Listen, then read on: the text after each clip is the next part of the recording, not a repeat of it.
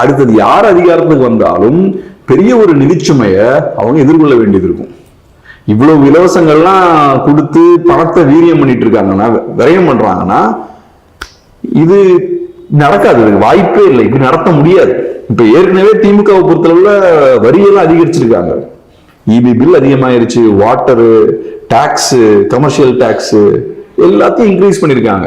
அதனாலதான் பார்த்தா மாநிலத்தோட வருவாயும் பார்த்தா அதிகரிச்சிருக்கு. அதுல பெருசா பெருமையா நாங்க மாநிலத்தோட வருவாய் அதிகரிச்சிருக்கோம். எப்படி அதிகரிச்சீங்க? மக்கள்கிட்ட இருந்து பணத்தை அதிகமா புடுங்கிருக்கீங்க. இதுல என்ன பெருசா கொண்டாடுறதுக்கு? அந்த வகையில அதிமுகவை பாராட்டலாம். இந்த அளவுக்கு மக்கள்கிட்ட இருந்து அவங்க பணத்தை பறிக்கல.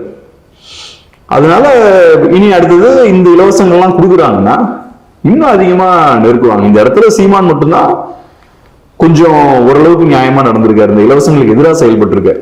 சார், தொடர்ந்து எல்லா கட்சியுமே இலவசம் இலவசம் இலவசம் பேசக்கூடிய காரணம் என்ன சார்? ஏன்னா மக்களுக்கு இலவசத்தை கொடுத்து மயக்க நிலையில் வச்சுட்டு அதுக்கப்புறம் மறுபடியும் மக்கள் மேலதான் அந்த சுமையை சுமத்துறாங்க. இப்ப ஒரு டைரக்டர் சினிமா எடுக்கிறாருன்னு வச்சுப்போம். அவர் வந்து ஒரு நல்ல படம் பண்ணலாமா இல்லைன்னா கமர்ஷியலான படம் பண்ணலாமா அப்படின்ற டிசிஷன் வரும். அவர் என்ன படம் பண்ணுவாரு? நல்லா கமர்ஷியலா பண்ணாதான் ப்ரொடியூசருக்கு லாபம். டைரக்டர் நான் வந்து ஹாலிவுட் மாதிரி இந்த பெரிய ஆர்ட் மூவி பண்ண போறேன் அப்படின்னா நீ தனியா வேணா பண்ணிக்க, உன் காசை போட்டுட்டு போயிடுவாரு.